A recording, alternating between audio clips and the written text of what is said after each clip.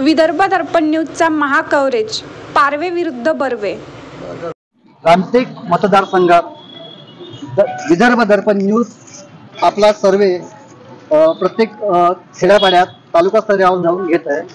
त्याच निमित्तानं आम्ही आज विदर्भ दर्पण टीमची चमू दाखल झालो आहोत सावनेर या शहरात। आपल्यासोबत काही नागरिक आहे त्यांच्यासोबत आपण या विषयावर संवाद साधणार आहोत। काय कसं काय राहील? माझं नाव रवींद्र कळंबे आहे, मी सावनेरला राहतो। मी 30 वर्षापासून ऑटो चालवून राहिलो। आता ऑटोमध्ये आम्ही इतके परेशान आहोत की पेट्रोलची महागाई पूर्ण परिपूर्ण वाढून गेलेली आहे। आज सकाळपासून माझी गाडी उभी आहे इथे, एक बी नंबर नाही मारला। अजून असा परेशान आहे का घरचे लोक बी परेशान, मुलांची फीस कशी भरावी का भरावी हे पूर्ण असं परेशानीमध्ये यावं तर सांगू नाही शकत। आता मला एक सांगा, पेट्रोलचे डिझेलचे भाव जे वाढले आहे त्याच्यामुळे आणि एक त्यातल्या त्यात महाराष्ट्र शासनाने जो निर्णय घेतलेला आहे महिलांची अर्धी तिकीट, याचाही परिणाम तुमच्या ऑटो चालकावर झाला का? हो आहे ना, भरपूर। कारण की लेडीज बसतच नाही ना आमच्या ऑटोमध्ये, त्या परिपूर्ण एसटी महामंडळामध्ये जाते। मग तुम्हाला काय वाटते काका की ज्या तुमच्या समस्या आहेत त्या कोण सोडू शकते? तुम्हाला येणारा खासदार कसा पाहिजे? अरे कसा पाहिजे म्हटलं म्हणजे सर्व तसेच वाटते ना। काय करणार आहे आता, या गरीबाकडे कोणाचेच लक्ष नाही, असं आहे ना। आता मला एक सांगा, तुम्ही ऑटो चालवता, हे जे डिझेलचे पेट्रोलचे भाव आहे ते जर कमी झाले पाहिजे असं मला वाटत, तुम्हाला वाटत?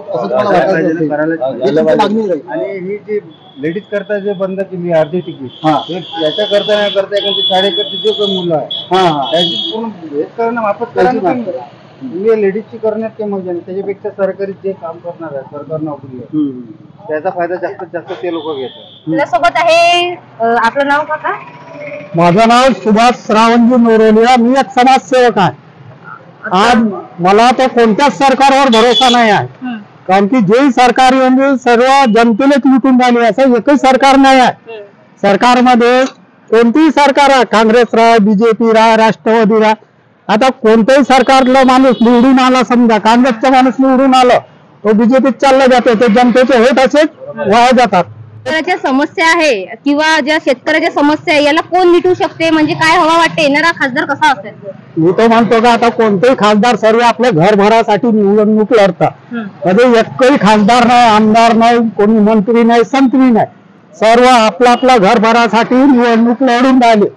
म्हणजे जनतेची कोणालाच फिकर नाही, जनता काय मरून राहिली का जगून राहिली। फक्त इलेक्शन आलं त्या सर्व पार्ट्याचे तुम्हाला दिसतात। आज असं कोणताही नेता देशात का असा कोणताही नेता देशामध्ये गरीब नाही आहे। आज सर्व नेते करोडपती आहे, भिकारी पासून करोडपती झाले आहे।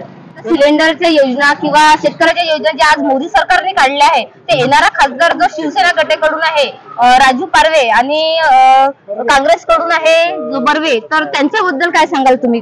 बर्वे बी तसेच आहे, पारवे बी तसेच आहे, जे आम्ही येईल ते सर्व तसेच राहणार आहे। कोणताच म्हणजे जनतेची सेवा करायला नेता बनणार नाही। लोकसभेमध्ये 10 वर्षापासून कृपाल तुमाने यांचं नेतृत्व होतं, त्यांच्या कामाबद्दल काय सांगाल? त्यांच्या कामामध्ये झिरो बजेट, आता खासदार बदलला पाहिजे। अच्छा, तर आता येत्या लोकसभा निवडणुकीसाठी शिवसेनेकडून आपल्या पारवे राजू पारवे आणि काँग्रेसकडून आहे श्यामकुमार बर्वे, यांच्या कोण खासदार निवडून असं वाटतं तुम्हाला? राजूभाऊ पारवे खासदार म्हटलं तर राजू पारवे भाऊ आले ते काम करू शकेल। या धापेवाडा गावामध्ये कळमेश्वर तालुक्यातील धापेवाड्यामध्ये कृपाल तुमाने यांचं नेतृत्व असताना त्यांनी कोणतेही कसले काम केलेले नाही आणि कोणत्याच विकासाचे कामं या गावामध्ये केले नाहीत, त्यामुळे या गावातील लोक नाराजी व्यक्त करीत आहे।